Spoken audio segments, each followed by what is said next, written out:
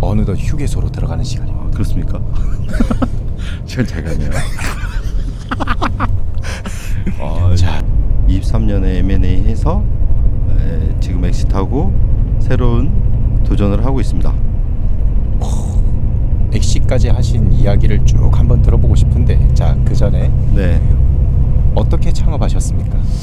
저는 엔지니어 출신이었고요. 개발자였는데요. 제가 제 기술로 서비스를 만들어서 창업하고 싶다는 생각을 계속 가지고 있었습니다. 네. 기회가 안 돼서 계속 직장 생활하고 이런 기회들 계속 관심을 가지고 계속 두들겨 보다가 좋은 타이밍이 와서 창업을 하게 되었습니다.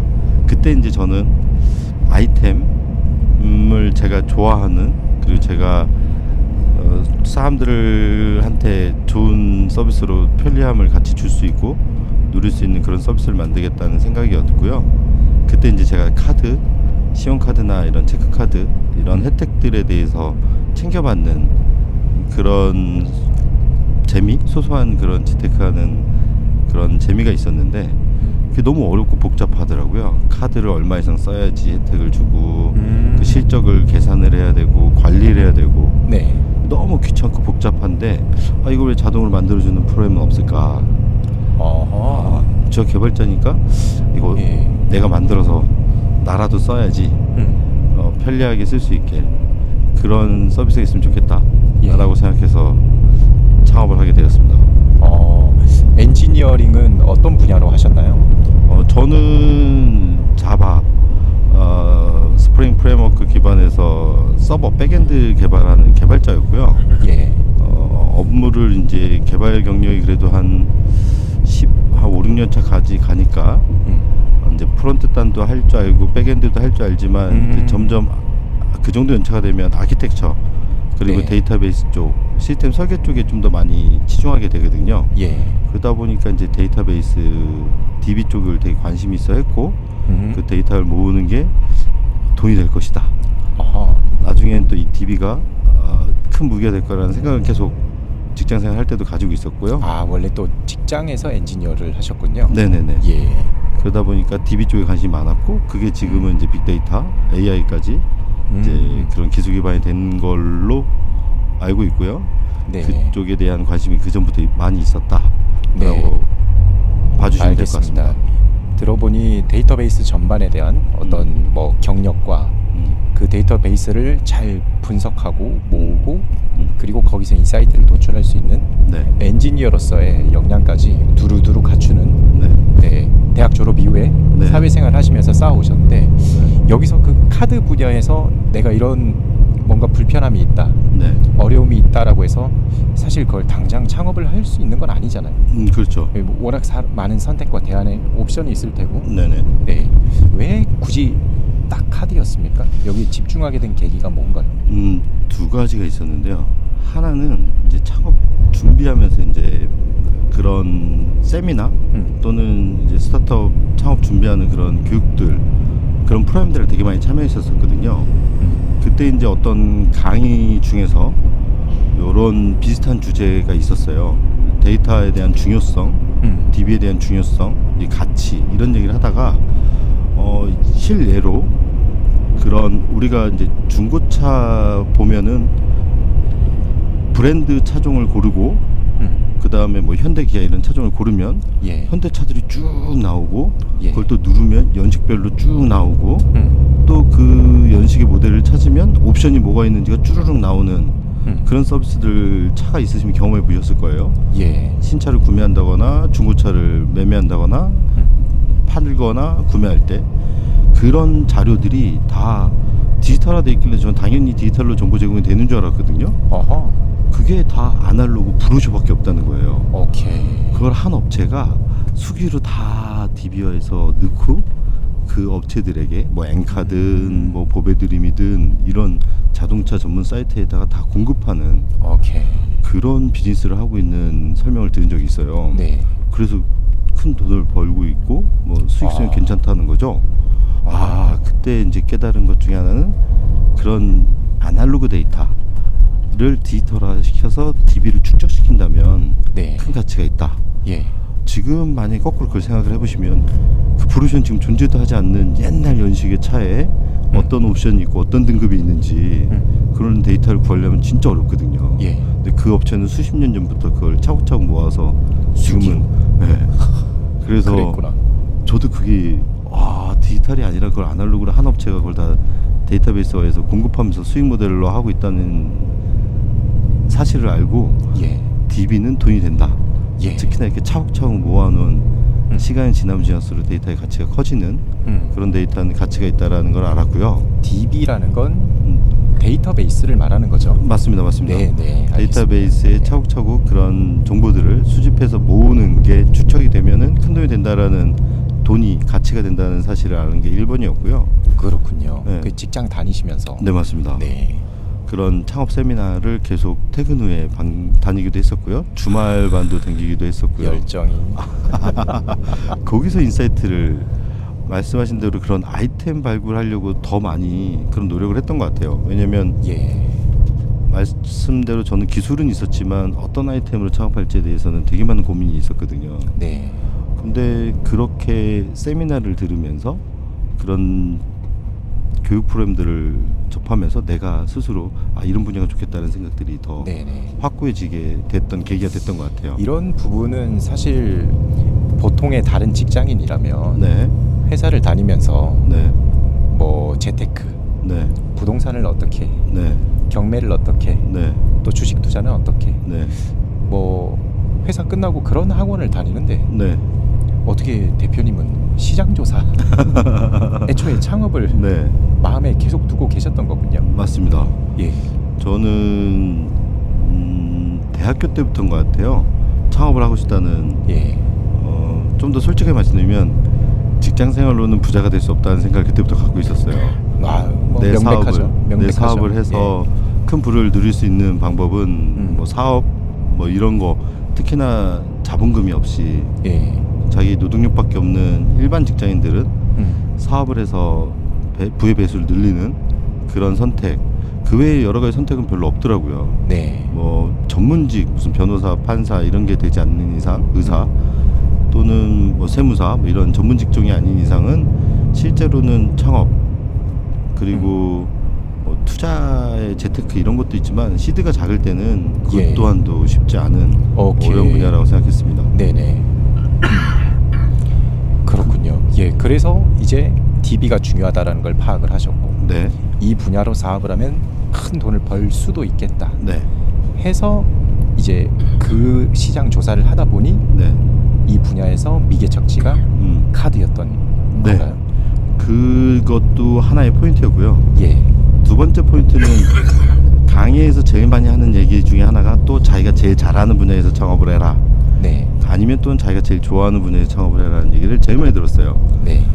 나도 잘 모르는 분야에 뛰어들어서 고생하고 시행착오를 겪는 것보다는 자기가 제일 좋아하거나 잘하는 분야에서 창업 아이템을 찾는 게 더 훨씬 더 유리하다. 그 이유는 저도 해보니까 제가 좋아하니까 그걸 포기하지 않고 계속 하게 됐던 계기가 됐던 것 같고요. 두 번째는 제가 하던 분야다 보니까 그 업계에 알고 있던 사람들이 또 많이 도와줬어요. 그걸 만약에 모르는 분야에서 하나하나 다 알아가면서 했다면 더 많은 시간과 더 많은 시행착오를 겪었을 거라고 생각합니다.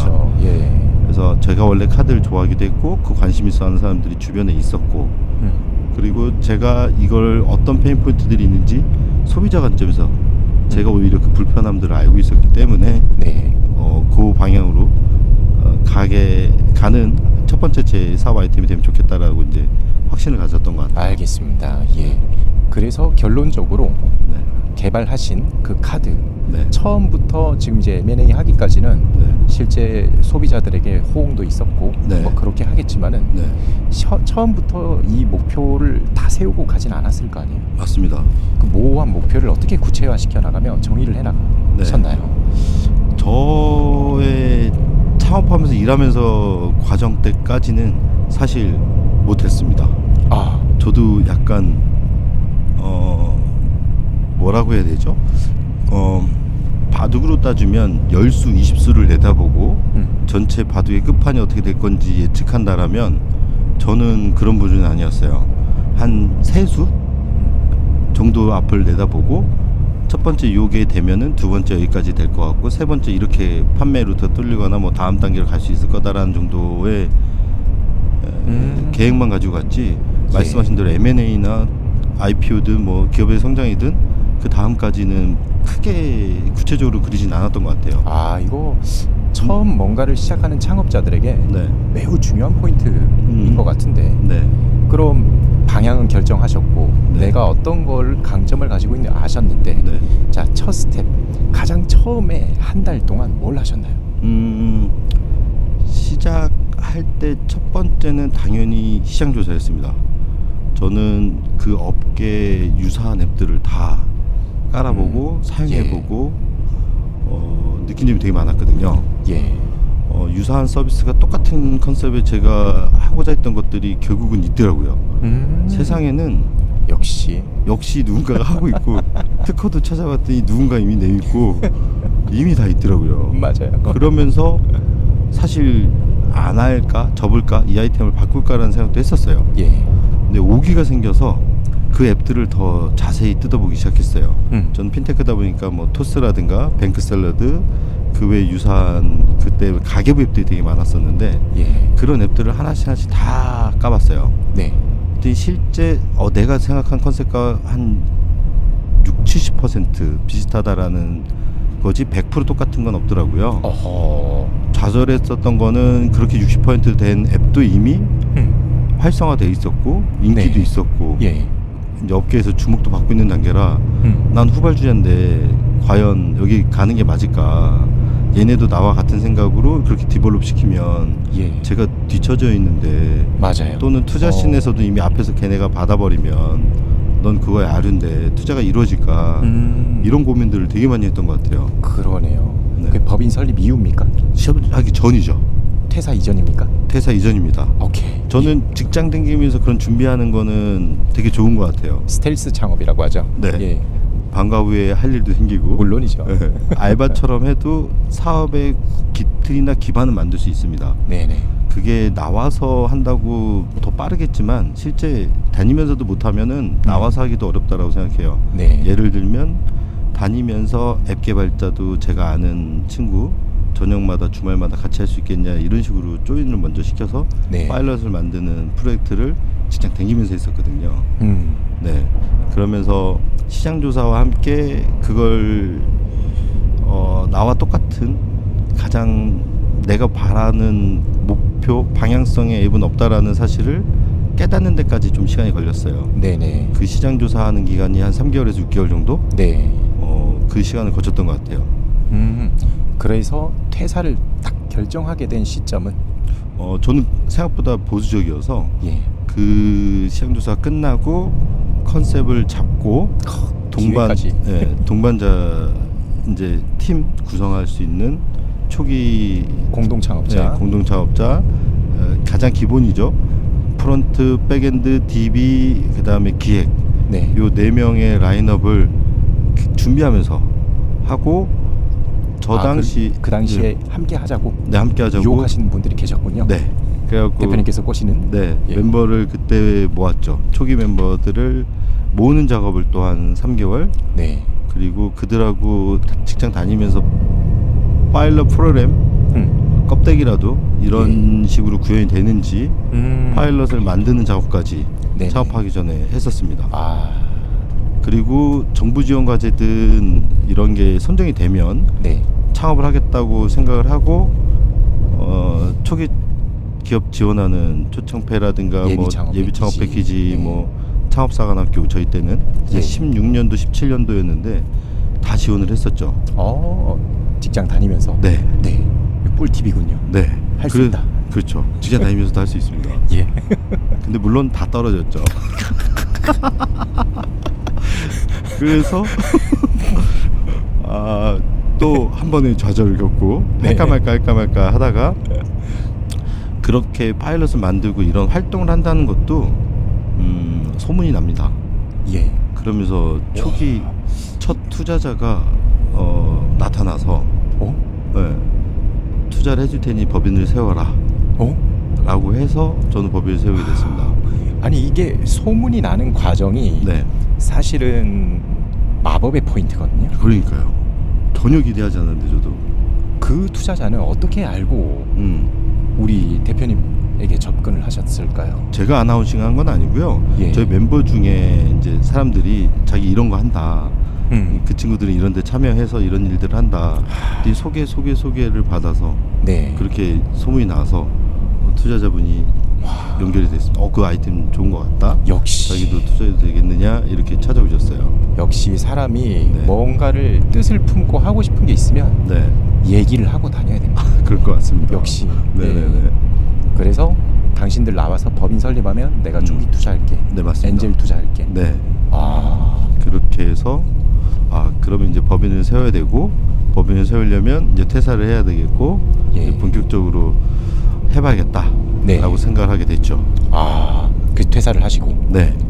엔젤 투자는 혹시 뭐 어느 정도 받으셨는지? 그렇게 크진 않았습니다. 예. 네, 한 2억 정도였던 것 같습니다. 엔젤이 2억이면 네, 큰 돈이죠. 개인이었나요? 조합이었나요? 저도 이제 퇴직금이나 이런 걸로 해서 하고, 네. 그렇게 해서 초기 3, 4억 좀 안 되는 그 돈으로 이제 법인 설립을. 네. 자본금이 그래도 적지 않았네요. 네. 예. 근데 큰 돈은 아니었습니다. 예. 지금 생각해 보면 그죠? 저한테는 되게 큰 돈이었는데. 공동 창업자가 4명이고. 네. 다 공동은 아니겠지만. 네. 이분들과 사무실도 구해야 돼. 네. 뭐도 해야 돼. 네. 연봉은 많이 희생하셨겠지만. 네네네. 4억이면은 1년 반 아무리 오래 버텨도. 제가 그때 당시에는 이제 월급쟁이다 보니까 4억이면 되게 큰 돈인 줄 알았습니다. 네. 만들 수 있을 거라고 생각했습니다. 예. 6개월 프로젝트를 2번 하니까 끝나더라고요. 그죠? 네. 그 금방 소진됩니다. 네. 그리고 앱은 출시를 못하고 아직 미완인 상태로 있는 상태였죠.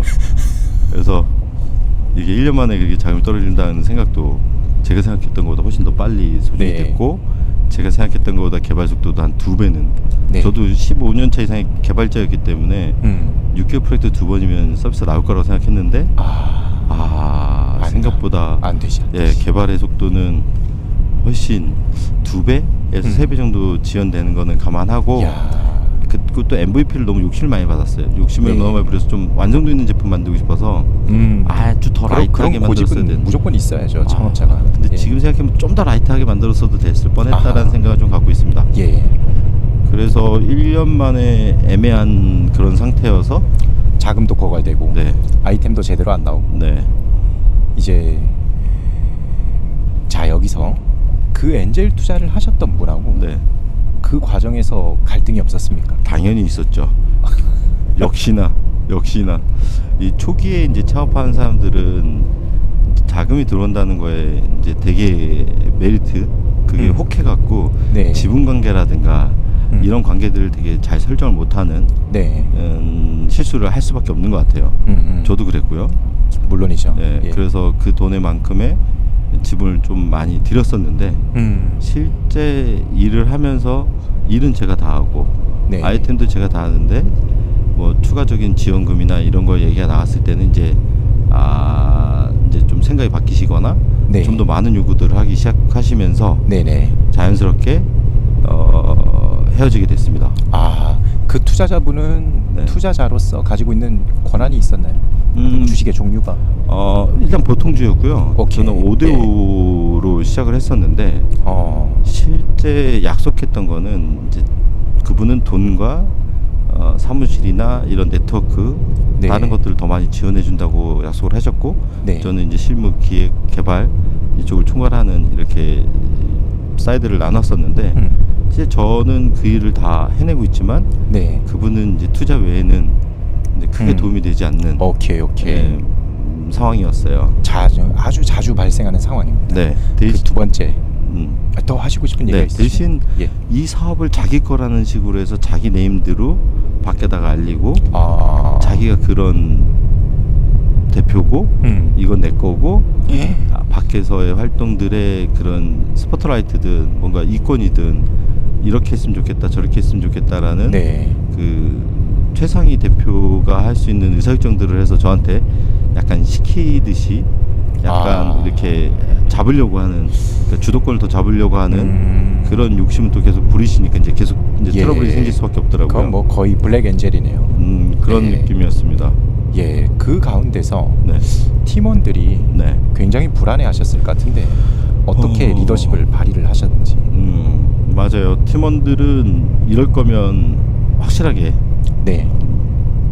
스타트업의 우리의 성공과 그런 미래 성장을 위해서 아예 헤어지는 게 좋다. 또는 아예 이 사람한테 다 넘기고 연봉을 많이 받으면서 직장생활을 하는 것도 나쁘지 않겠다. 선택을 해라. 라는 갈등에 섰었죠. 그래서 저희의 선택은 어차피 창업한 거 스타트업을 더 키워보고 더 꿈을 꿔보는 게 목적이었기 때문에 두 번째 선택을 하게 됐죠. 그래서 갈라쓰고 저희끼리 이제 홀로서기를 시작했죠. 몇 분이서? 그때 4명이서 저랑 같이 함께했던 4분이서 그리고 이건 팁인데요. 말대로 정직원들을 다 두진 않았어요. 초기에 시작부터가 직장 다니면서 4명을 합류시키면서 투잡처럼 퇴근 후에 그리고 주말에 같이 일했던 사람들은 절반 정도는 정직원으로 넘어오고 절반은 아직도 투잡 멤버로 왜냐면 이렇게 풀 투입이 아직까지 필요 없는, 마치 이제 기획자라든가 백엔드는 항시 필요하지만 이게 만들어져야 디자인이 나오거나 이게 만들 때마다 필요한 기획이 추가되거나 하는 부분들은 프론트 단 수정사항이나 이런 것들은 계속 투잡 형태의 알바 구조로 이어갔고 정직원은 2-3명으로 최소 프로젝트 인원만 정직원으로 해서 좀 비용도 세이브하고 그렇군요. 좀 라이트하게 가져갈 수 있었어요. 초반에 확보된 자본금 약 4억 원으로 그거를 이제 1년 이내에 소진을 다 하시고 투자자와의 갈등, 또 팀원 내부에서도 불안, 이 모든 것들이 굉장히 응축된 시간 속에서 두 번 다시 겪고 싶지 않은 일일 것 같은데 그렇죠.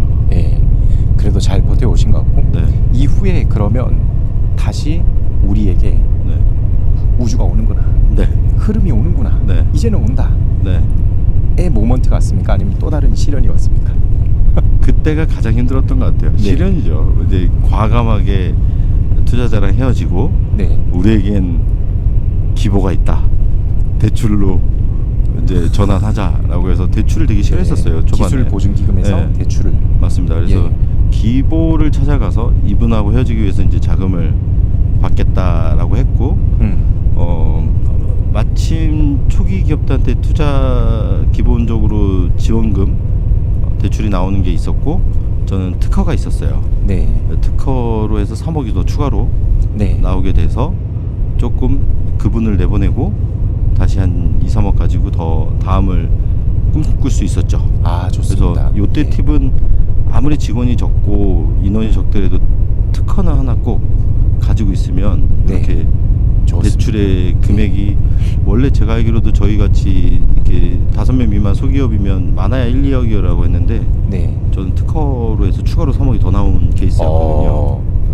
그래서 특허를 좋습니다. 가지고 있는 건 초기 기업들한테는 꿀팁이다. 대출 규모가 좀 많이 나올 수 있다.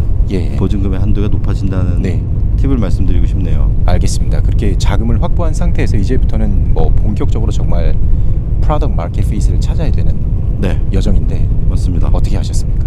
그래서 이 런웨이도 결국은 1년을 못 갈 거기 때문에 6개월 내에 런칭하겠다는 목표를 잡고 그동안에 정부 지원이 이런 게 안 된 게 서비스가 없어서 라고 좀 생각을 했었어요.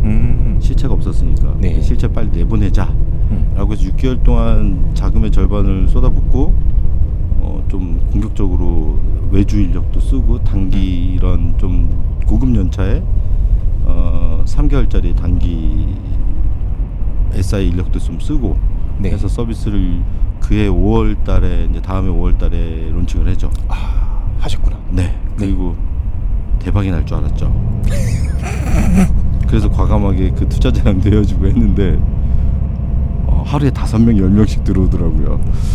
주변에 친구들인 것 같고 우리가 소개한 사람들인 것 같고. 그 서비스는 쉽게 얘기하면 원래 말하셨던 비전에 따르는 내가 가지고 있는 모든 카드를 등록하면 이거를 어떻게 하면 뭐가 혜택이 많고 적고 이런 것들을 맞습니다. 분석해주는 네, 맞습니다. 서비스였던 거죠. 네, 예. 더센카드라는 서비스였고 내 카드를 등록하면 그 카드 혜택이 무엇이 있고 얼마를 쓰고 얼마가 남았고 네. 그런 걸 가이드해주고 실적을 채우기 위해서는 어떻게 더 써야 되고 사실 지금은 토스나 뱅크샐러드나 모든 곳들이 그런 내용들을 붙이고 있죠. 네, 예. 저희와 같은 서비스로 성장했지만 그때 지금도 토스는 그런 혜택이 있다는 것만 알려주지 얼마를 쓰고 얼마가 남았다 이렇게까지 표현 안 해주지 않고요. 실적은 이제 금액 베이스로 얼마를 썼다고 하지 이게 실적이 제외되는 케이스인지 포함되는 케이스인지는 아직도 없어요. 아하. 네, 네. 그걸 해주는 건 카드사와 저희 더센카드 서비스반이었죠. 그게 핵심 기술의 차이였고 예. 어려운 점이었고요. 네, 그래서 시장에서 반응을 일으키지 못할 때 야심차게 런칭을 했지만 네. 못할 때 네. 어떻게 대응하셨습니까? 진짜로 공부를 되게 많이 했죠. 왜 안 될까? 여기서 1000명은 어떻게 만들까? 아, 내가 마케팅이 무지렁이었구나. 이걸 어떻게 팔로나 어떻게 홍보하고 어떻게 서비스를 키우겠다는 생각도 안 하고 살았구나. 네. 이 좋은 서비스만 만들어지면 입소문이 날 거고 자연적으로 쫙 사람들이 다 쓸 거고. 전형적인 엔지니어 마인드. 맞습니다, 맞습니다. 그때가 가장 큰 시련이었죠. 아, 내가 그때 말씀드렸지만 세수만 보고 네. 요게 이런 기술 때문에 안 돼서 요 기술을 획복을 하면 요게 되고 요런 서비스를 만들 수 있어. 그러면 잘 될 거야. 요런 산단 논리 정도만 있었고 짜잔 세상에 나왔지만 세상에서 막 많은 사람들이 폭발적인 반응과 그런 건 발생하지 않더라고요. 네. 이제 고민에 빠졌죠. 깊은 고민에 빠졌죠. 이게 잘 될 거라고 생각했는데 짜잔 하고 나타났지만 잘 안 되더라고요. 그래서 이거를 이제 마케팅이나 이런 지원을 받아야겠다. 네. 일단 기본을 썼으니까. 네. 그래서 이때부터 정부 지원 과제를 열심히 지원하기 시작하죠. 그래서 저희 때 창업선도대학 네. 그게 선정이 돼서 네. 그 자금을 기반으로 서비스를 이제 그때 당시로는 이런 마이데이터 서비스가 없을 때라 문자 기반으로 읽어서 네네. 서비스를 하는 맞아요. 거였고요. 예. 그래서 그 자금으로 아이폰용 서비스를 개발을 하고 그리고 그때 당시 이제 새로 나오는 스크래핑 기술로 그 데이터를 확보해서 서비스하는 방식으로 네. 전환 프로젝트를 하게 됩니다. 아, 그럼 정부 지원 사업이 지원들은 많이 하셨지만 네. 예비 창업 패키지를 안 하셨고 못 하셨고 떨어졌습니다. 예. 초기 창업 패키지도 떨어지고 못 하셨고 못하고 창업 선도대학만 선정이 됐죠. 예. 그럼 지원금이 어느 정도 됐어요? 그때 당시 맥스가 1억이었는데 제 기억으로는 8천 얼마 정도를 받았던 것 같아요. 네네. 예. 네, 그래서 여튼 그 자금을 소진해서 또 새롭게 시장을 시험해 볼 수 있는 네. 기회가 있었네요. 그렇죠. 이 얼리 어댑터들은 아이폰에 많으니까 아이폰 버전이 나오고 또 역시. 안드로이드 스크래핑이 되면은 좀 더 편리해지니까 그때부터는 쓸 것이다. 그리고 또 다음을 준비할 수 있을 것 같다. 네. 라는 또 기대를 가지고 아이폰 버전과 스크래핑 버전으로 개발을 또 시작하죠. 자, 그럼 지금부터는 그럼에도 불구하고 하지만입니까? 아니면은 그래서 역시나 맞았다. 그래서 역시나죠. 아까 처음에 말씀하셨지만 이게 괴리가 있는 것 같아요. 저도 지금 그때로 돌아간다면 로드맵을 엑시트든 전략까지 쭉 단계별 로드맵을 세우고 사업을 할 것 같아요. 근데 지금 생각해보면 또 세수 정도 보는 대표들은 사업을 꾸준히 어떻게든 이어가는데 만약에 10수가 다 보였다면 그때는 사업 안 했을 것 같아요. 또 거꾸로. 왜냐면 너무 무섭거든요. 맞아요. 지금에서의 10수가 5수가 보이는데 세 번째 수를 보고 다음 세 수가 보이니까 그 다음을 또 이어서 도전도 하고 계속 노력을 포기하지 않았던 것 같고요. 지금 엑시트하고 나서의 그 10개 단계가 만약에 그때 다 내가 볼 수 있는 눈이었다. 그럼 저는 이 사업 안 했을지도 몰라요. 왜냐면 그 뒷단이 너무나 크고 너무 힘드니까. 너무 힘들고 어마어마한 장벽들이 허들들이 있다는 사실을 보인 걸 알았다면 쉽게 도전 안 했을 것 같아요. 그래서 이게 약간 아이러니하게도 세수만 보는 게 되게 좋은 것 같기도 하고요. 맞아요. 그래서 꾸준히 이렇게 성장 다음 단계로 계속 무모한 도전이라는 무모해야 되죠. 계속 할 수 있었던 것 같고요. 그 당시에도 지금의 말씀드렸던 다음 전략들을 못 봤기 때문에 그 힘든 시절이 또 오게 된 거죠. 아이폰을 만들더라도 역시나 마케팅이든 다음 이렇게 활로를 열거나 하는 전략이나 지식이 부족했기 때문에 네. 아이폰을 짜잔 만들어서 출시했지만 기존보다 조금 더 좋은 반응이 갔지 폭발적인 그런 저희가 원했던 폭발적인 반응이 오진 않았어요. 또다시 보릿고개가 시작됐죠. 어떻게 극복하셨습니까? 이제 그때부터 엄청 고민을 많이 하고 사업하면서 가장 힘들었던 때였던 것 같아요. 이제 자금도 떨어지니까 직원들이 다들 생기고. 처음에 1년이 제일 힘들었다고 했는데 또 힘든 때가 또 오는군요. 여기가 가장 큰 진짜 사업의 기로에 섰었죠. 제가 이제 기부도 받았고 지원 자금도 받았는데 물론 지원 사업을 계속 신청을 트라이는 계속 했지만 잘 안 되고 있을 때였고 네. 지인 찬스였습니다. 그래서 지인들 엔젤 투자를 시작을 합니다. 처음에는 이걸 돈꾸로 댕겼는데 그건 스타트업에 좀 맞지 않는 것 같고 해서 예. 엔젤 투자를 지인들 내 사업하면서 만났던 또는 직장생활에서 만났던 또는 제 초등학교, 중학교, 고등학교 동창들에게 투자 유치를 합니다. 하셨군요. 네. 이게 진짜 어렵거든요. 다행입니다. 사실. 아니 이게 평소에 믿을 만한 사람이 아니면 네. 안 되는 일이죠. 실제로 제일 무서웠던 거는 그 지인들이 내가 이 사업을 망하거나 했을 때 저를 도와주거나 저한테 다른 길을 열어주거나 해줄 수 있는 사람인데 이거를 쓰는 게 맞냐라는 고민이 진짜 많았어요. 네. 왜냐면 사업에 실패하고 도와달라고는 할 수 있어도 사업에 자금까지 넣어서 돈까지 나한테 소위 떼먹히는 잃어버린 사람이 돼버리면 이 친구 관계도 깨질까봐 맞아요.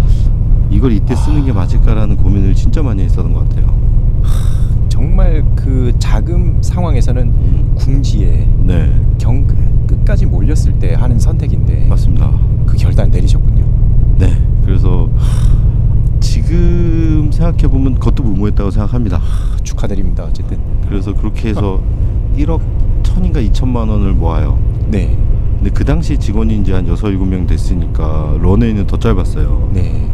그 돈이면 6개월도 못 버티는 그러니까요. 돈이어서 예. 그럼 6개월 내에 BP를 맞추는 수익이나 매출이 나올 수 있느냐? 불가능에 가까웠어요. 아이폰도 네. 안 돼. 안 돼. 그래도 가입자는 뭐 마케팅도 안 했으니까 자연스럽게 우상향은 하고 있었죠. 예. 폭발적이진 않았어도 꾸준히 이제 입소문도 나고 올라오고 있었는데 리니어하게. 네.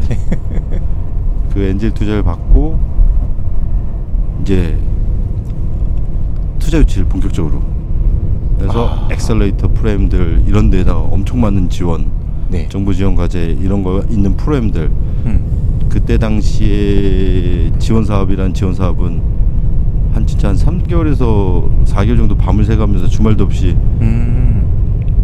그런 프로그램이나 그런 스타트업 발굴 대회라든가 정부 지원 프로그램은 다 지원했던 것 같아요. 마침 그때가 한 2, 3월쯤이었던 것 같아요. 2, 3, 4, 5월 달에 넣을 수 있는 건 다 넣었던 것 같습니다. 이제는 됐습니까? 그때가 제일 힘들었던 혼자 막 밤에 정부 지원 과제나 IR 자료 쓰면서 비가 오면서 혼자 막 그 띵송들 있잖아요. 뭐 넌 할 수 있어 뭐 이런 노래들 뭐 거위의 꿈 인순이의 막 그런 노래 들으면 막 혼자 막 울면서 내일 비 오는 날 이러고 혼자 밤새면서 뭐 하고 있는 짓인가. 직원들은 다 가구 없고 오마이. 네, 저 직원들 월급 주려고 내가 이 사업 성공시켜 보겠다고 뭐 하는 짓인가 하는 아주 힘든 시기였죠. 네. 결과적으로 그 3, 4개월 동안 그렇게 노력을 할 때 이제 결과가 짜잔하고 나타났죠. 그러니까요.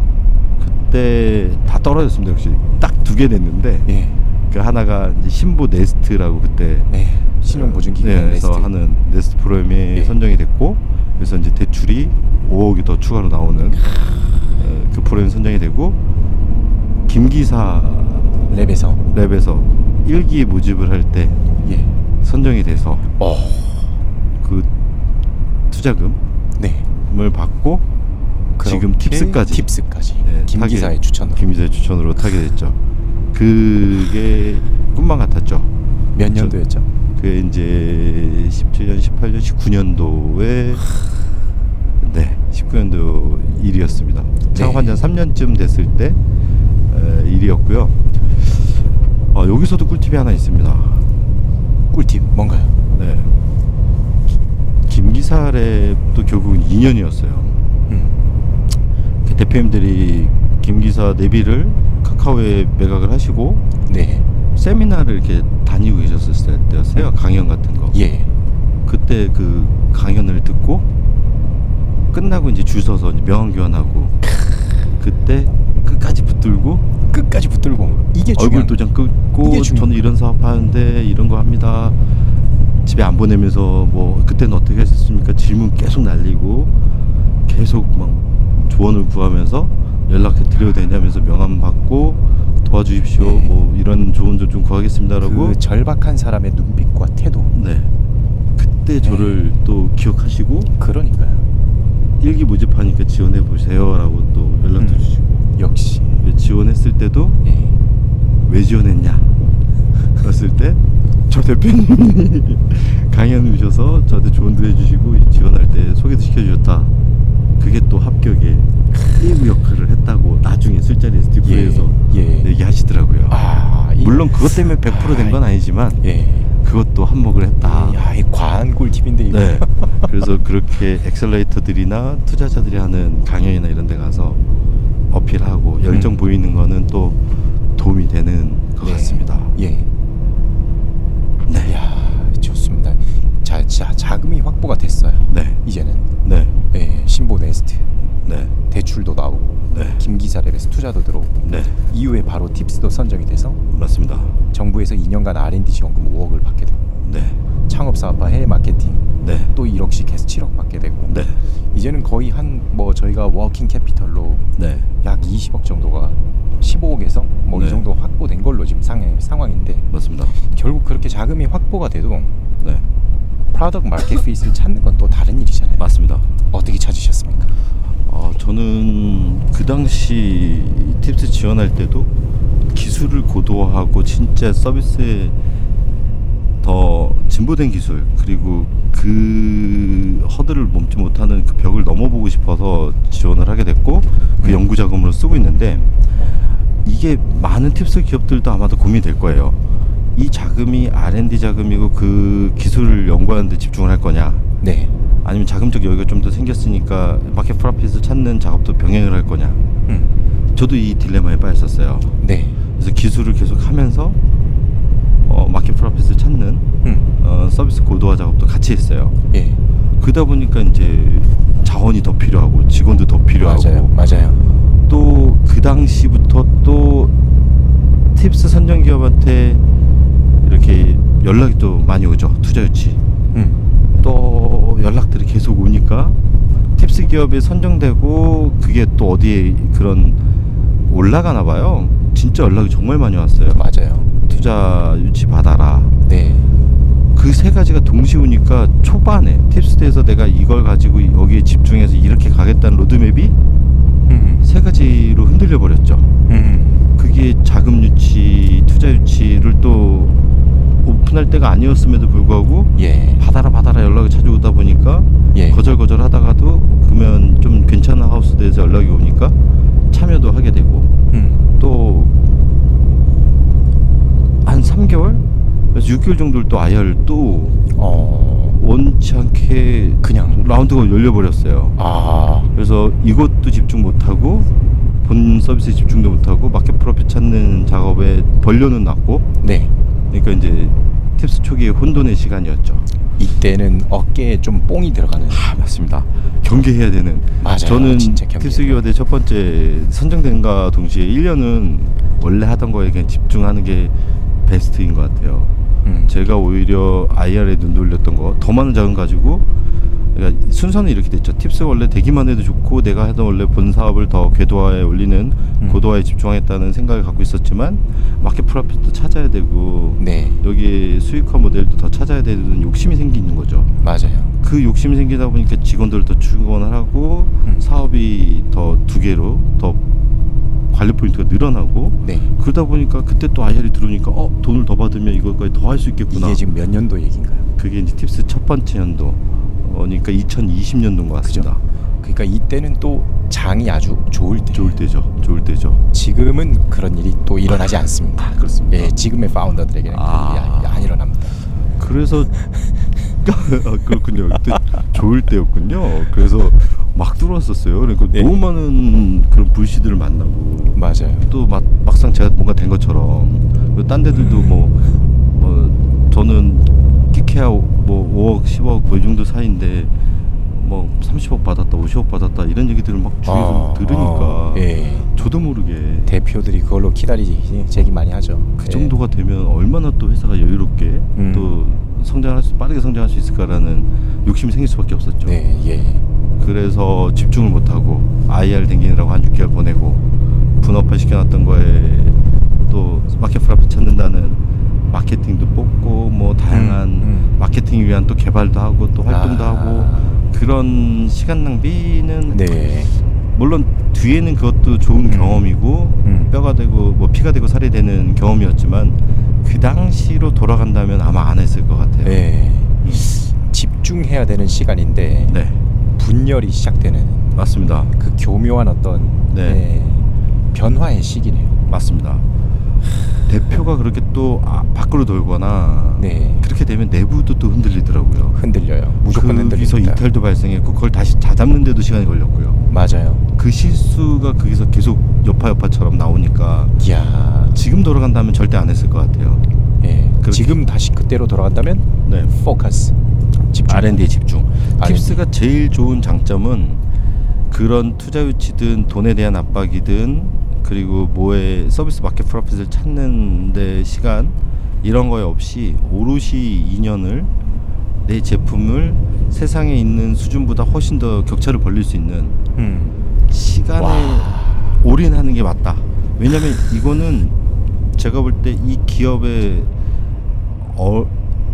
기업을 마치 애기서부터 영유아기 그다음에 유아기 청소년 성인이 된다고 쳤을 때 그 시간은 두 번 다시 오지 않아요. 그걸 만약에 성장한 기업이 그걸 하면서 한다면 얼마나 더 많이 성장했을 때나 가능한 일이지. 이 팁스 프로그램의 그 장점을 충분히 살리는 노하우는 그 기간에 진짜 경쟁사들과 다른 업계의 격차를 더 볼리는데 한 단계 위에 반석이 올라가는데 집중하는 시간으로 쓰는 게 저는 가장 현명하지 않나. 그때로 돌아간다면. 하지만 그때는 실제는 그러지 못했다. 어쩔 수 없습니다. 막 들어오고 진짜 말씀대로 어깨 뽕도 들어오고 나 팁스 기업이라는 돈만 그렇죠. 투자도 막 서로 하겠다 그러지. 그러니까요. 그 전까지 월급도 이게 조금 가져가고 힘든 시기들이 갑자기 풀리는 것 같으니까 실제 아직 제대로 된 제품이 시장에서 인정받지 못했는데도 대표가 갑자기 연예인이 되어버리는. 맞습니다. 그리고 막 5만 군데서 이제 불러대고 투자 유치도 해주겠다고 하고 또 나랑 같이 협업도 해보자고 하고 이런 기회도 있다라는 다양한 기회들이 갑자기 열리듯이 보이니까 저는 현혹될 수밖에 없죠. 주위에 그 상태가 되어버린 채로 머물러 버리는 창업자들을 너무 많이 봅니다. 맞습니다. 하지만 대표님은 다 잡으셨기 때문에 이제 엑시트까지 해내신 거라고. 맞습니다. 어떻게 다 잡으셨어요? 그 시행착오들을 겪으면서 두 가지 일들이 있었어요. 하나는 그 와중에도 그래도 SBA라는 한국 서울 산업진흥원의 서울 비즈니스 에이전시 거기에서 투자 유치가 또 됐고요. 그 당시 돈으로 3억에서 5억 정도 사이였던 것 같아요. 정확한 금액은 또 말씀은 드리면 안 된다는 얘기를 어디서 들었어요. 괜찮습니다. 괜찮은 건가요? 알겠습니다. 아무튼 어바웃만 얘기하라고 그러더라고요. 누군가가. 그게 다 투자계약서에는 위협보이라고 하더라고요. 아무튼 어바웃 뭐 3에서 5억 정도 또 투자주가 됐고 또 서울시가 지원해주는 프로그램들이 있어서 창업허브에도 입주하게 되고 공덕에 네, 공덕에 입주도 하게 되고 그게 하나의 또 과정에서 좀 얻은 성과 중에 하나였고 그 과정에서 이제 조언도 받고 얘기도 듣고 또 그 투자 유치 또한 시간이 낭비를 했지만 결국 그거 하나는 또 얹었고 얻을 수 있었고 그러면서 이제 그만하자 이 투자 유치는 그만해야 될 것 같고 이 마켓 프로핏 찾는 것도 좀 할 수 있을 것 같지만요 역량이 분산될 수 있는 수준의 상태가 아니었어요. 원팀 정도잖아요 저희 회사 그때 당시 한 10명 정도 내외 직원 정도 수준이었는데 좋은 기회들이 보이더라도 그걸 맡아서 2-3개월 프로젝트 하면 또 자원이 3-4명이 또 빠져나가고 그러면 또 이거 원래 하던 거에서 삐그덕거리고 이도저도 안 되는 상황들이 계속 연출되는 걸 봤고 직원들이 그런 거에 대해서 하면 좋겠지만 시기상조고 해내도 그게 우리가 기대했던 만큼의 폭발적인 성과들이 나질 않더라고요. 맞습니다. 그런 시행착오들을 한두 번 겪다 보니 그게 한 팁스 한 1년쯤 됐을 때였던 것 같아요. 다시 원래 우리가 하던 시장의 기술 격차를 더 벌리는 그쪽에 더 집중을 하자 라는 식으로 포커스를 다시 돌아가게 됐죠. 잘하셨습니다. 정말 잘하셨습니다. 그 집중은 끝에 결과가 있으셨던 거죠. 그렇죠. 이 결실이 어떻게 찾아왔나요? 이것 또한도 운인 것 같아요. 제가 그 다음 단계로 이제 스크래핑 버전 만들고 서비스들이 이제 안정화되고 고객의 그런 피드백들 서비스가 이렇게 됐으면 좋겠다는 결국 고객에 집중하고 고객 만족을 높이기 위해서 서비스를 고도화하면서 가입자도 좀 많이 늘어나기도 했고 가입자가 드라마틱하게 늘어나기도 하고 어느 시점에 오픈하면서 아이폰 오픈하고 그 스크래핑 버전 늘어났을 때 사용성들이 편해졌을 때 가입자가 쫙 느는 제이커브 같은 게 약간은 쫙 그려졌죠. 그래서 그 성과도 있었는데 저에게 또 한 번의 시련이 찾아오죠. 마이데이터 법이 시행된다는 거죠. 제가 사업하면서 마지막 또 깨달음이 법에 대해서 무지랭이였구나. 제가 법이라는 게 이렇게 어마무지한 거 무서운 거라는 걸 처음 알았죠. 그거를 처음부터 알고 시작할 수는 없습니다. 맞습니다. 그리고 정말 저는 이제 되게 단순했죠. 내가 먼저 서비스 하고 있었고 법이 늦게 생겼으니까 난 유의해줘야 되는 거 아니냐. 법을 모르시는군요 라는 소리를 들었죠. 법은 제정돼서 시행되는 순간 모든 사람이 따라야 되는 거다. 우리나라 법은 예외나 이런 것들이 아니라 실행하고 바로 위반되면 바로 그냥 적발, 바로 고소고발 이런 식의 플로우를 타기 때문에 어마어마하게 무서웠죠. 마이데이터와 더센카드는 어떤 이해 충돌이 있었나요? 그 당시 이제 더센카드는 스크래핑에서 고객의 아이디 패스워드를 가지고 각 금융사의 카드사의 정보를 긁어서 한 곳에 모아서 보여주는 서비스. 토스나 뱅크스라이더가 하던 그 기반에 저희 기술은 그 카드 내역에 카드에 매칭해서 혜택과 실적이 포함되는지 예외가 되는지를 계산하는 솔루션을 갖고 있었던 거예요. 그러니까요. 그러면 이 개인정보를 수집해서 모으는 것들이 마이데이터 라이센스가 없는 사업자들이 이제 다 불법. 갑자기 하루아침에 불법 업체가 된 거죠. 머리 아프시죠. 그리고 실제 마이데이터 라이센스를 트라이 해보려고 했죠. 와, 비용이 엄청 많이 들어갑니다. 이건 스타트업이 하지 말라는 법 같았어요. 왜냐하면 물적 요건 자체가 분리된 공간의 서버, 또 이중화, 개인정보 담당자, 시스템 보안 담당자, 네트워크 보안 담당자 뭐 3인을 뭐 몇 년 이상 자격증 보유자를 상시 채용할 것. 저희 직원이 그때 10명이었는데 3명을 그런 고급 인력을 채용할 수도 없고 서버도 한 대 돌리고 있었는데 이중화가 웬 말이고 네트워크 라인도 다 2개 이상 뭐 LG가 죽으면 SK 라인을 KT 라인을 병렬로 가지고 있어야 되고 그 다음에 이 보안 시스템을 3억 원 이상의 보안 솔루션을 탑재할 것 이런 요건들은 스타트업들이 말도 안 되는 거의 뭐 10억 20억을 있어야 그것 또한 사업이 잘 되는 것도 아니고 라이센스잖아요. 너 이제 장사해도 돼 라는 허가증 가지고 20억을 투자한다는 거는 10억에서 20억을 투자한다는 거는 말도 안 되는 얘기였죠. 그래가지고 어마어마한 시련에 잘 되고 있는데 찬물 네. 법이라는 찬물이 맞습니다. 그거를 알고 있었는데 저는 설마 난 상관없을 거라고 좀 그랬군요. 버텼었고요. 그걸 정확하게 인지한 거는 그 다음에 알았다 한들 대처를 실제로 이제 하기가. 피부처럼 느낀 거는 10월 11월 달이었어요. 그 다음에 2월에 시행되는데 3월인가 아무튼 3월 1일인가 3월 며칠날 시행되는데 그 전년도 10월 달 11월 달 사이에 알게 됐어요. 예. 잠을 못 잤습니다. 하루아침에 사업을 접어야 될, 그러니까 다시 아니면 옛날 방식으로 회귀하던가 한 땀 한 땀 고기 모으는 그런 기술로 회귀할 수는 없었고, 그때부터 잠을 못 잤습니다. 불면증이 시작했습니다.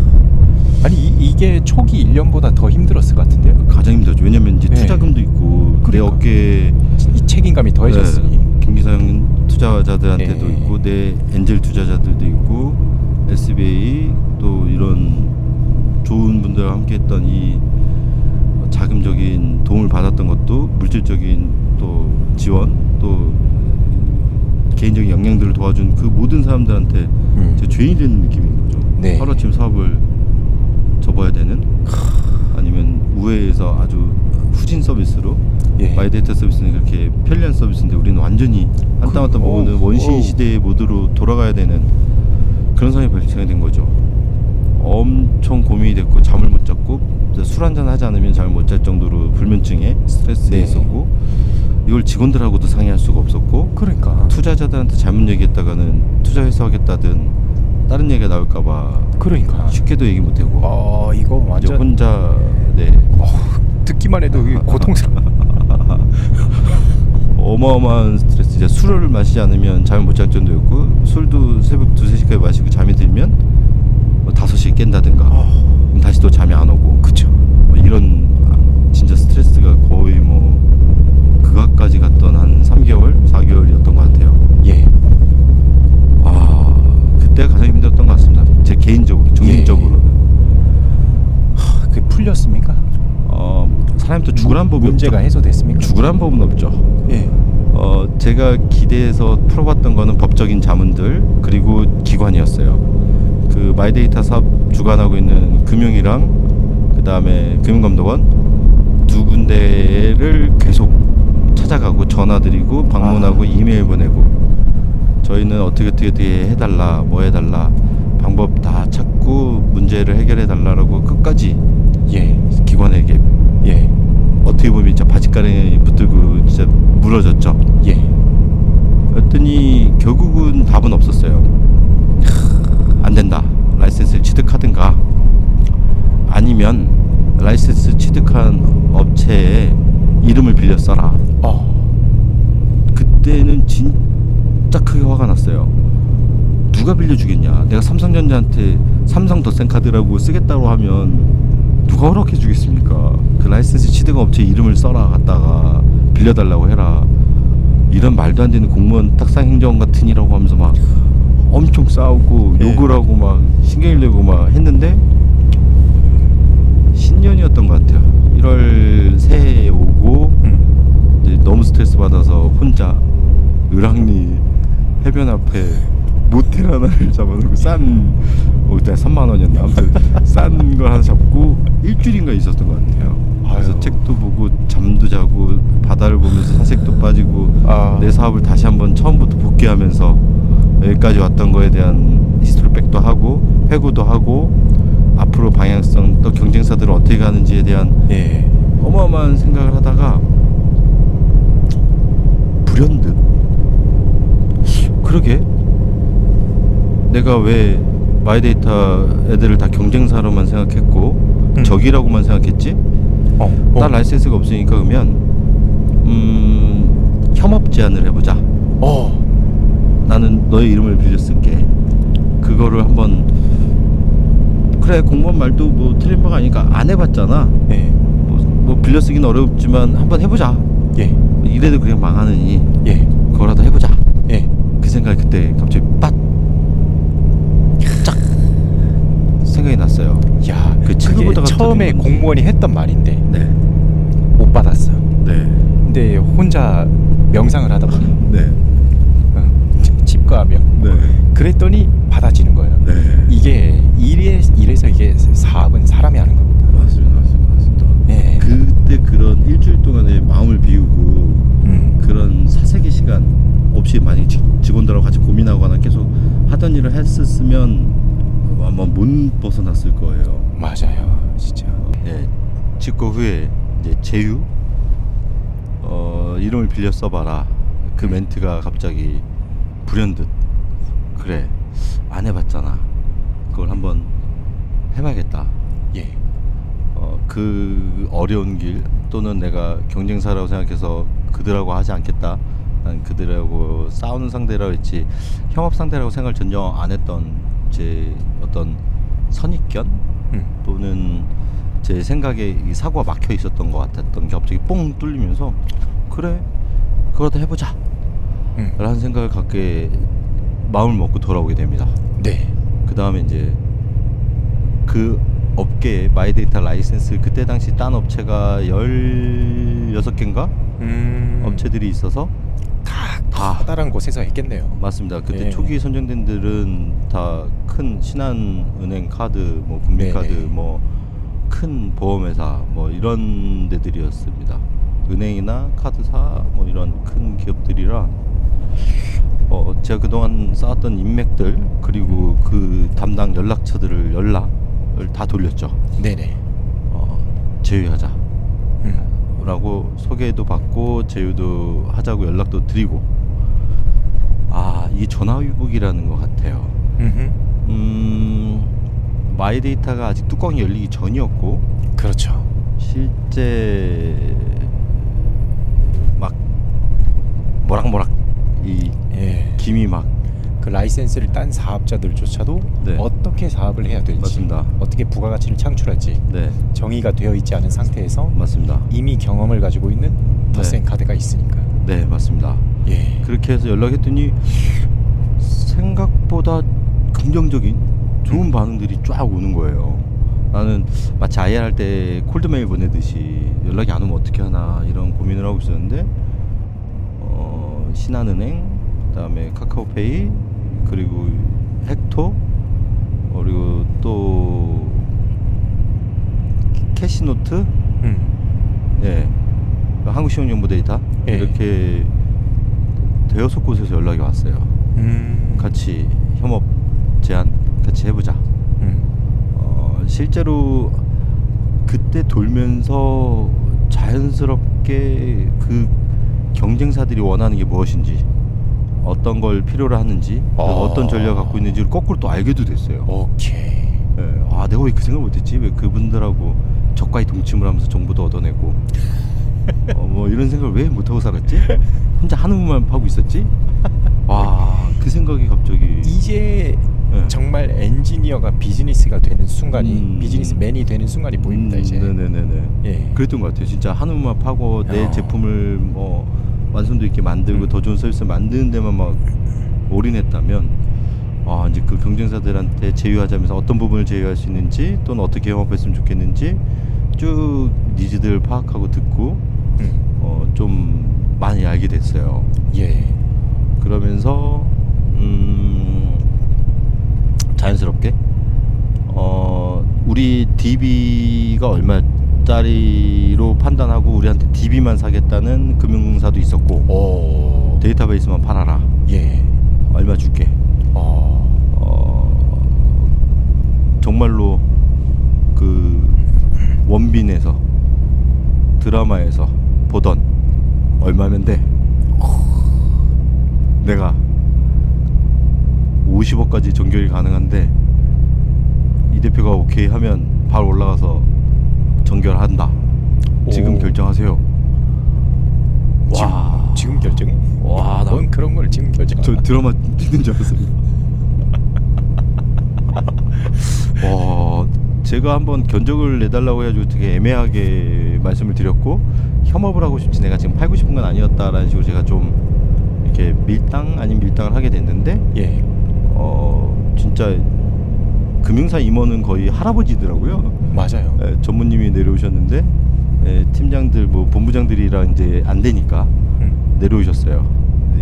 진짜로 얼마면 돼? 그 얘기를 딱 눈앞에서 하는데 난 진짜 그런 얘기를 듣는데 처음이었어요. 그런 경험은 또 처음이었습니다. 진짜 목에서 여기까지 50억 주세요라고 하다가 왜냐면 워낙 큰 돈이었으니까 그 당시에 그래갖고 DB5가 50억 벌어서 또 다음에 쓰면 되지 않나. 여기에 제한적 사용권만 주고 어차피 유지보수나 이런 게 계속 필요할 거니까 이렇게 하면 어떨까라고 생각을 하게 됐었고요. 두 번째 이제 스타트업들은 저희랑 이제 협업해서 파일럿 테스트 이런 걸 같이 해보자. 근데 그 당시 이제 자금도 그렇고 서비스 성장도 그렇고 그냥 테스트 협업을 하는 건 아니었고. 그 대신 그렇게 협업을 하고 나서 마음에 들면 인수하겠다. 라는 제안도 그때 받고. 그런 건 캐시노트였나요? 어떻게 잘 스타트업 기업들은 그런 식으로 이제 그렇죠. 보통 하고 또 조건이 별로 안 좋았어요. 주식 수합이랑 막 여러 가지가 막 섞이는 구조여서 또 퍼펙트한 M&A는 아니었고 그러면서 M&A 제안도 이제 두 곳에서 받게 되죠. 역시. 그래서 처음에 아까 말씀드렸지만 M&A를 제가 염두에 두고 사업을 시작하지는 않았거든요. 당연히 이 전 국민이 쓰는 카드 쓰는 사람들 이 앱을 꼭 쓰고 편리하게 만들어주겠다는 가치로 사업을 했는데 이런저런 우여곡절을 겪다 보니 지금 상황에서는 협업이었고 협업을 하려면 좋은 파트너랑 협업할 수 있는 게 제일 좋겠다. 그때 제 생각은 협업을 하더라도 우리 서비스를 가장 잘 활용하고 잘 키우는 아까 앞단에서도 두 팀 말씀드렸지만 저희 DB만 사거나 우리를 인수해서 우리를 없애버릴 것 같은 느낌이었어요. 같이 키우는 게 아니라 그래가지고 그러니까 흡수해서 아예 이렇게 녹여버리거나 서비스 일부로 아니면 DB만 사가다거나 막 이런 식으로 활용하는 생각들이 있어서 M&A 제안을 하신 분이 저희는 이런 유의 서비스가 없고 이걸 전적으로 대표님 사업에 힘을 실어주고 저희 라이센스와 시너지 내서 사업을 키워서 같이 잘 더 성장시켜보자 라는 제안이 오게 된 거죠. 그게 지금에 온 겁니까? 맞습니다. 그래서 저는 그 제안자가 누구였죠? 이제 헥토라는 그룹이고 코스닥 상장사고 그 헥토 이노베이션에서 이제 M&A 제안을 딴 데랑 제휴하고 여러 군데 다 쓰는 거 싫고 우리랑만 독점으로 하고 싶고 우리 서비스로 만들고 싶으니 M&A 했으면 좋겠다.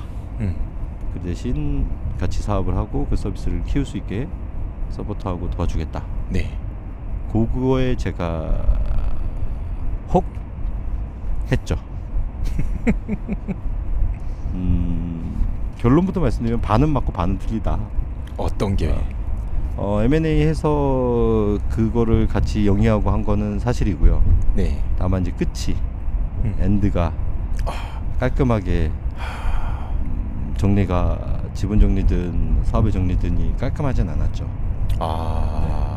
이거는 상당히 실무적인 얘기 아닌가요? 그리고 현재 진행형인 얘기죠. 맞습니다. 다 오픈하긴 그래서 쉽지 않으시겠지만 그래도 좀 인사이트가 될 만한 레슨이 있으면 말씀 좀 부탁드립니다. 제가 지금 카톡 아이디 첫 번째가 컨트랙트입니다. 평생 지우지 않을 세 가지 컨셉이 있는데 제 좌우명으로 바뀌었어요. 컨트랙트, 오너십, 그리고 트러스트. 원래 휴먼이라고 쓰려다가 트러스트로 바뀌었는데요. 1번 계약. 정확한 계약의 내용들이 차곡차곡 다 있지 않는 이상은 보장할 수 없다, 담보할 수 없다. 를 크게 깨달았죠. 나중에 잘 되면 뭐 이만큼 더 주고 뭐 우리 함께 가야 돼요. 뭐 우리 영원히 함께 할 거예요. 잘 되면 더 크게 나눠줄 거예요.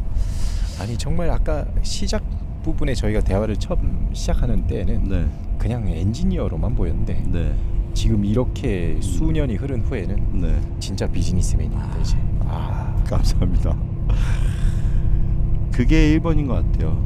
사실 저는 그 컨트랙트라는 단어에 좀 더 의미를 부여를 많이 하고 있어요. 제가 저도 깨달은 다음부터 직원들이나 새로운 사업을 하거나 뭐가 영위할 때 너 잘 되면 데리고 올게라고 하지 않습니다. 그것 또한 계약에 명시합니다. 너와 나와 함께 3년을 일하는데 너 지금 연봉이 1억인데 5천에 와. 그럼 5천 이상의 가치는 3년 뒤에 매출이 얼마 달성하면 얼마로 보상을 할게. 이런 식으로 구체적으로 계약을 씁니다. 요즘에는.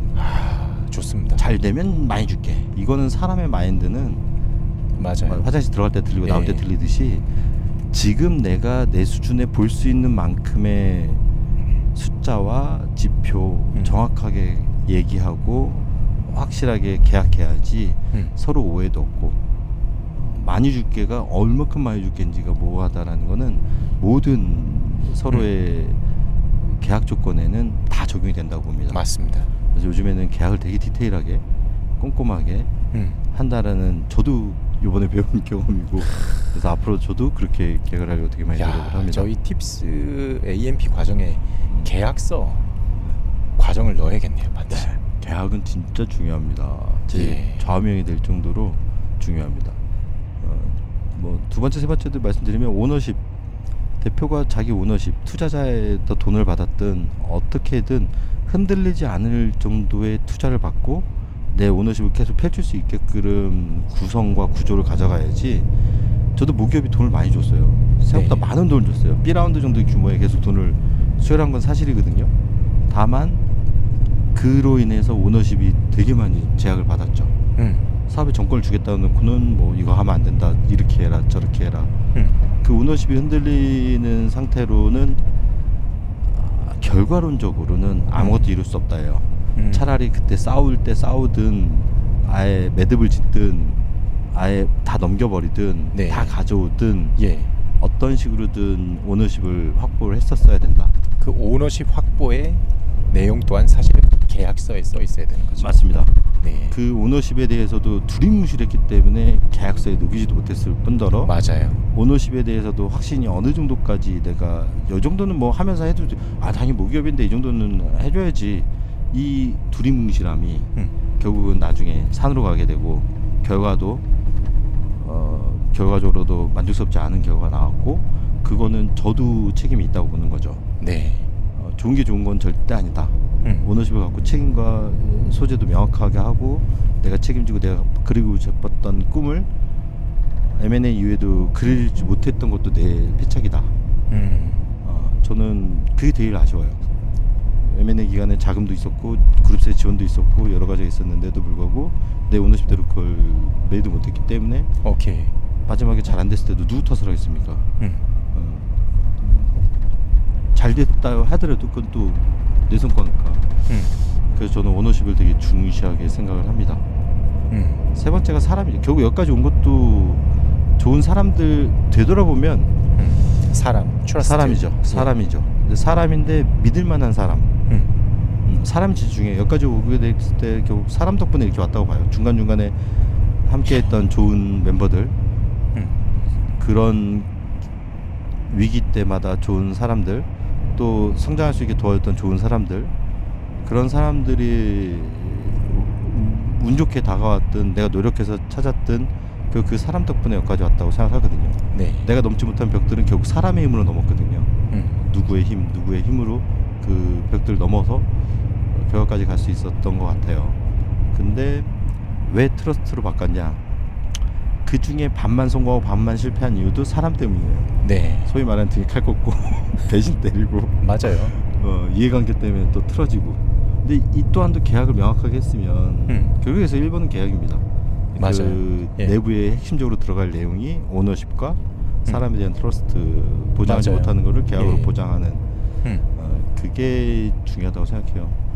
그래서 신뢰할 수 있는 사람을 많이 확보하는 거, 그런 사람이 되는 거, 그게 성공을 해도 100, 200% 좋은 성과를 내지 않았을까? 저는 개인적으로 총평하면 저는 50%의 성공, 50%의 아쉬움 정도를 가지고 있다고 생각을 하는데요.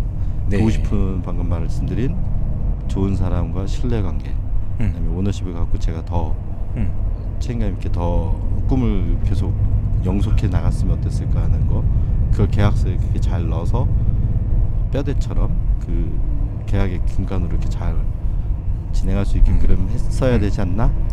라는 생각을 갖고 있습니다. 결과를 두고 봤을 때는 계약, 컨트랙트, 오너십, 트러스트가 되겠지만 사실 이 모든 거를 시작하는 근간은 저는 트러스트라고 보는데. 그럼요, 맞습니다. 예, 그게 쌓여 있는 가운데서의 모여 있는 계약을 맞습니다. 하는 거기 때문에 대표님 보시기에 지금의 이제 모든 경험을 다시 한번 되돌아봤을 때 나는 신뢰할 수 있는 사람을 이렇게 규정한다. 어떻게 규정하십니까? 되게 어려운 질문이에요. 진짜로 어려운 질문인 것 같아요. 저도 노답입니다. 사람이 제가 내 사람이라는 건 없다라는 걸로 저 확실하게 규정했습니다.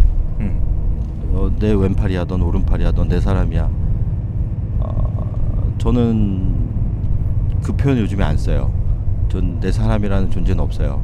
언제나 우리는 계약관계에 따라서 헤어지고 떠나고 만나고 하는 거죠.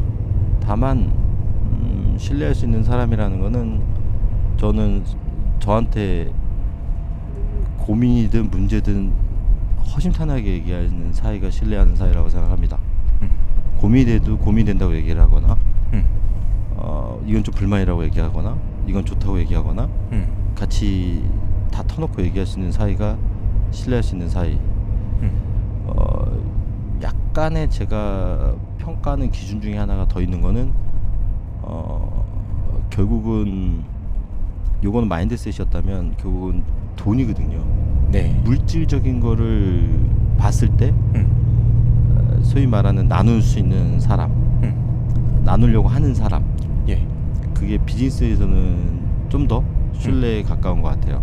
제가 정의하는 사람은 당연히 솔직하고 터놓고 얘기할 수 있는 사람이지만 실제 비즈니스에 하나만 덧붙이자면 수익이 생겼을 때 어떻게 나눌지는 뭐 사람마다 다르겠지만 뭐 6대4가 될 수도 있고 반띵이 될 수도 있고 7대3이 되고 8대1 뭐 다 다를 수 있지만 그 생각 자체를 안 하는 사람들이 생각보다 많아요. 굉장히 많아요. 말을 하지 않음으로써 딜을 완성하는. 그러니까요. 말을 해서 딜을 완성하는 게 아닌데. 근데 이 정도 이득이 생겼으니까 뭐 10% 또는 뭐 50% 뭐 몇십 % 기여하신 것 같아서 이렇게 나누는 게 어떨까요? 라고 이득이 생길 때마다 뭐 돈이라는 거 어떤 물질적으로 뭐가 이득이 생겼을 때 그걸 나누려고 마음을 갖는 사람, 그러려고 얘기하는 사람.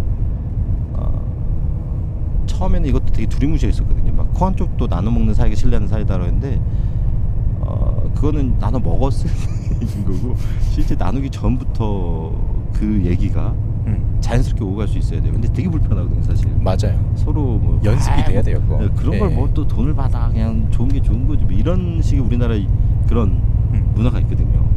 가치화되지 않고 그냥 그럼 나중에 나도 그렇게 해주면 되지 않아?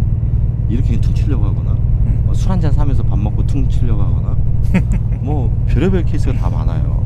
근데 사업의 신뢰는 이득을 벗거나 내가 일을 좀 더 많이 밤새면서 기여해서 이런 정도 성과가 났으면 이 정도 보상을 바란다거나 아니면 이 정도를 가치로 뭔가 평가해 달라고 하거나 아니면 내가 벌어온 돈에 이 정도는 수수료로 아니면 수익을 쉐어했으면 좋겠다든가 이런 식의 표현들을 할 수 있는 사람들이 비즈니스 관점에서 사업 관점에서의 신뢰인 것 같아요.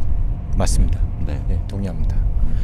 그 아주 힘들 때 이제 투자를 해주셨던 지인분들에게는 그러면 행복한 리턴을 돌려주셨습니까? 그렇죠.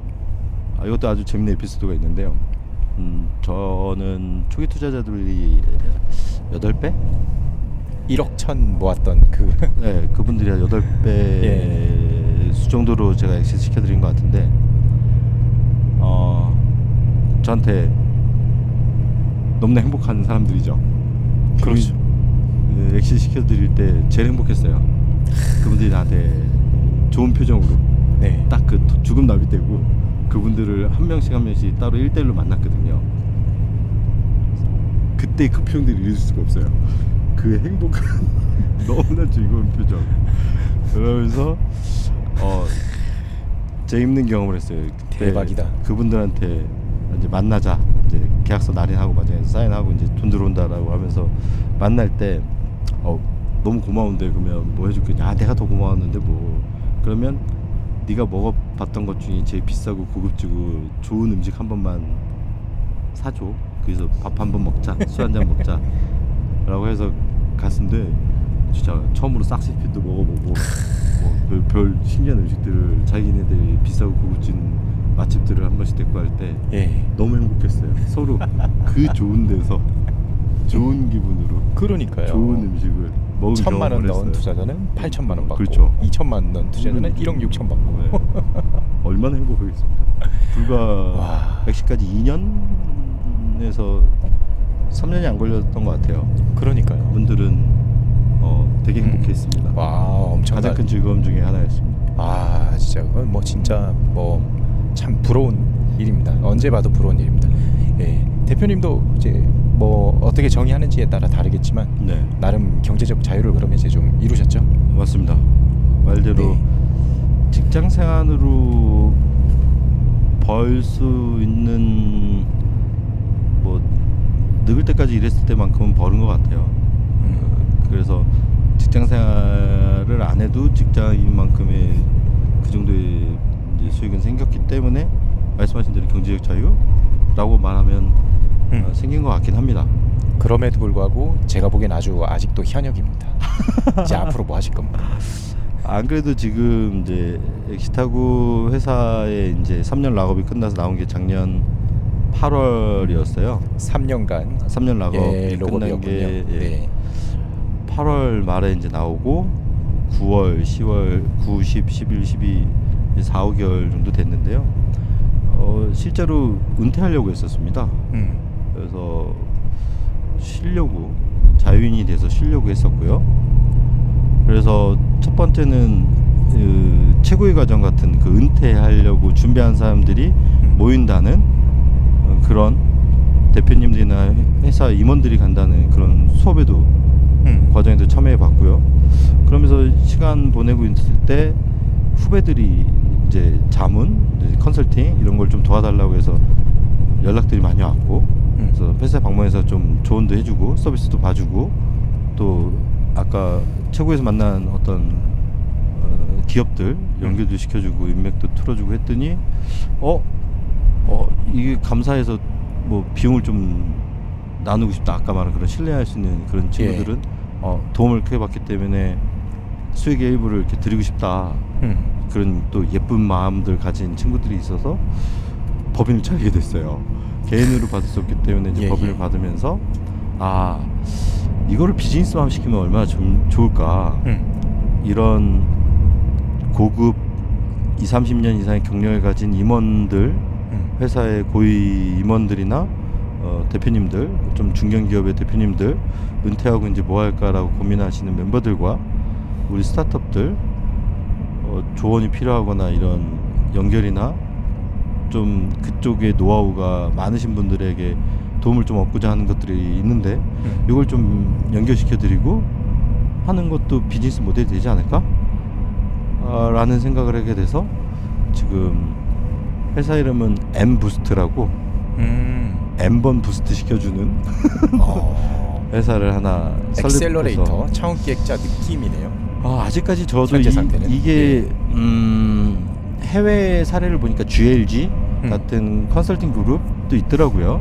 한국에는 뭐 탤런트뱅크 뭐 이런 유사한 아직 이런 거 매칭 플랫폼이 있긴 한데 저는 약간 개념을 좀 다르게 잡았는 게 이 분야가 보통 보니까 컨설팅과 그다음에 영업, 대행, 대리점 그리고 AC, VC, 투자 이렇게 세 단계더라고요.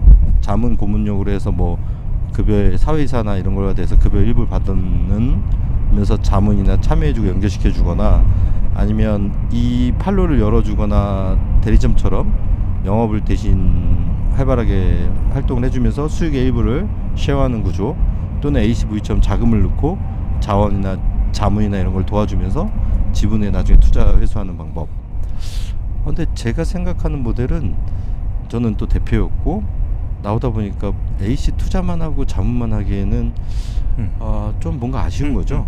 아쉽죠. 약간 플라잉 코치. 그러니까 감독은 감독인데 필드에서 같이 뛰면서 플라잉 코치 해주는 선수 겸 코치 겸 투자자 겸 자문 겸 뭐 그런 역할로 좀 더 필드에서 같이 뛰면서 더 도와주고 싶다.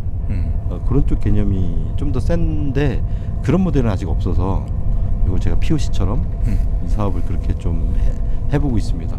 그래서 제가 좋아하는 사람들, 주위 사람들이 잘 됐으면 좋겠고, 그게 지금의 엑시 사이드에 있는 전문가들, 그리고 제가 과거에 지나왔던 이 팁스나 이런 스타트업들 대표님들 도와줄 수 있고, 제가 이렇게 관계된 모든 사람들이 좀 더 좋은 성장하면서 좋은 결과가 얻으면서 잘 됐으면 좋겠는 마음으로 제가 시작을 하고, 따뜻한 마음이 느껴집니다. 네, 이게 어떻게 비즈니스화돼서, 그렇다고 굶을 수는 없잖아요. 초반에 제가 처음에 돈을 안 받고 다녔더니 이제 차비도 그렇고 식비도 나가고 한두 건은 괜찮았는데 이게 많아지다 보니까 부담이 되더라고요. 그리고 시장에 그런 프로페셔널 어드바이스를 공짜로 학습시키는 것도 좋은 건 아닙니다. 맞습니다. 그리고 이걸 저야 뭐 감당이 된다지만 실제 내가 직원을 영입하거나 아니면 파트너들을 영입하려면 이분들한테 무보수리라고 할 수는 없잖아요. 그럼 이건 어느 정도 제가 금액의 표준화 이런 게 좀 필요하다라는 생각을 좀 하게 됐어요. 그리고 컨설팅 다니면서 잡상인 취급도 당하고 뭐 이런 걸 왜 돈 받고 해요, 뭐 다 공짜로 하는데, 그러면서 내가 오히려 창업 엑시탄 대표님들이 얼마나 귀한 노하우와 라인들이 있는데 잡상인 취급 당하고, 변호사나 이런 전문가들은 소위 1시간만 컨설팅해도 30에서 급이 있어요. 최저가 맞아요. 30이고 50, 100 정도씩 받아요. 그리고 당연히 낸다고 생각하거든요. 법적으로 뭐 아무것도 해결이 안 됐고 1시간 자문만 받더라도. 대표님들은 난 그거보다 훨씬 더 훌륭하다고 보는데도 공짜야. 심지어 불쌍하다고 밥도 사고 와. 이건 잘못됐다. Pay forward. 이것 뭔가 가치화하고 표준화가 필요하다. 또 제가 또 센카드 AI 빅데이터 또 표준화 이런 걸 또 했던 전문가다 보니까 이 영역도 표준화시키고 가격 체계를 만들고 이게 아름아름 그냥 해주는 게 아니라 전문가들이 진짜 시간을 들여서 제대로 해서 진짜로 좋은 도움을 얻고 이 가치가 훌륭하다라는 그런 어떤 포지셔닝, 그렇게 현재 좀 두리뭉실한 영역을 좀 체계나 표준화를 시키고 싶다. 그래서 여기에 진짜 직업으로도 할 수 있는 분들, 또 소일거리로 할 수 있는 분들도 좀 경제적으로 도움도 되고, 돈 받은 사람은 또 큰 수익도 나중에 같이 쉐어하는 그런 좀 좋은 모델을 만들면 어떨까? 이거 좀 그림을 그리면서 좀 POC처럼 지금 하나하나 일단은 그 진행하고 일이 있습니다. 현재 마음이 설레는 일이시군요. 네네네. 좋습니다. 뭐 경험이 있는 엑시트 창업자가시기 때문에 그 일을 또 어떻게 효과적으로 스케일업 할 수 있을지 이것도 앞으로 기대해 보겠습니다. 감사합니다. 앞으로 잘 한번 키워보겠습니다. 오늘 이렇게 긴 시간 동안 인터뷰 응해 주셔서 감사하고, 저희가 시간이 수고하셨습니다. 다 합치면은 거의 뭐 한 50분 가량 인터뷰를 한 것 같은데, 우리 시청자분들께 말씀드리자면 지금 여기는 고속버스입니다. 서울에서 강원도로 이동 중인 고속버스에서 이렇게 알찬 지혜를 전해주신 전 더 센카드, 현재는 엑시트 창업자이자 새로운 꿈을 꾸고 있는 이종석 대표님께 여러분 큰 박수 부탁드립니다. 감사합니다. 감사합니다.